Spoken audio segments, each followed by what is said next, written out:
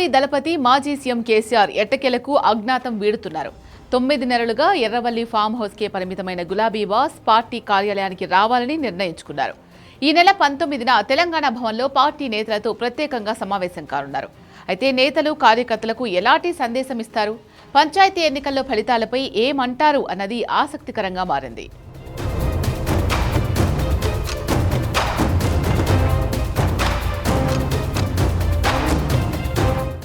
మాజీ ముఖ్యమంత్రి కేసీఆర్ తెలంగాణ భవన్కు వస్తున్నారు.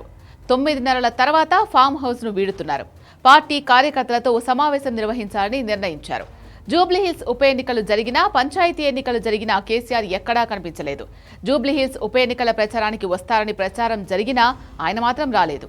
మార్చిలో జరిగిన బడ్జెట్ సమావేశాలకు హాజరయ్యారు. ఆ తర్వాత కేసీఆర్ ఎక్కడా కనిపించలేదు. పార్లమెంట్ ఎన్నికల్లో ఓటమిపైన సమీక్ష చేయలేదు. పార్టీ బలోపేతంపై ఫోకస్ చేయలేదు. మధ్యలో కేటీఆర్, హరీష్ రావులతో మాత్రమే భేటీ అయ్యారు.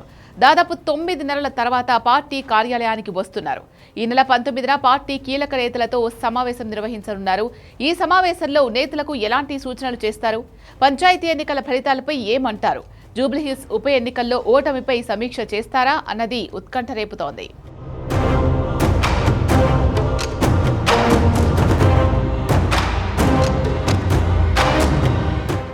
జూబ్లీహిల్స్ ఎన్నికల్లో ఓటమి పాలైన పంచాయతీ ఎన్నికల్లో బీఆర్ఎస్ ను ప్రజలు ఆదరించారు.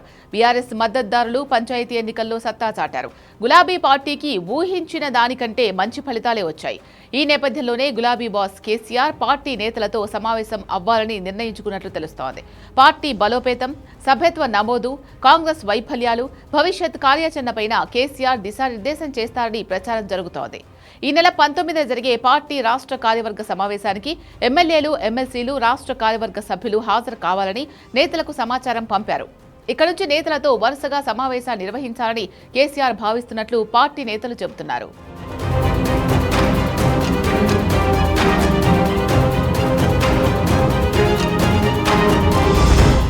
కృష్ణా, గోదావరి జలాల్లో తెలంగాణకు రావాల్సిన వాటాపై బీఆర్ఎస్ పోరాటానికి సన్నద్దమవుతోంది. పాలమూరు, రంగారెడ్డి ప్రాజెక్టును సాధించడంలో రాష్ట్ర ప్రభుత్వం పూర్తిగా విఫలమైందని, దీనివల్ల 3 ఉమ్మడి జిల్లాల రైతుల ప్రయోజనాలు దెబ్బతింటున్నాయని ప్రజల్లోకి బలంగా తీసుకెళ్లాలని గులాబీ నేతలు ప్రణాళికలు రచిస్తున్నారు. త్వరలోనే ఈ అంశాలపై ఉద్యమ స్వరూపానికి పార్టీ శ్రీకారం చుట్టబోతున్నట్లు సమాచారం. మాజీ మంత్రులు కేటీఆర్, హరీష్ రావు, జగదీష్ రెడ్డి, శ్రీనివాస్ గౌడ్ తదితర ముఖ్య నేతలతో కేసీఆర్ భేటీ అయినట్లు విశ్వసనీయ సమాచారం.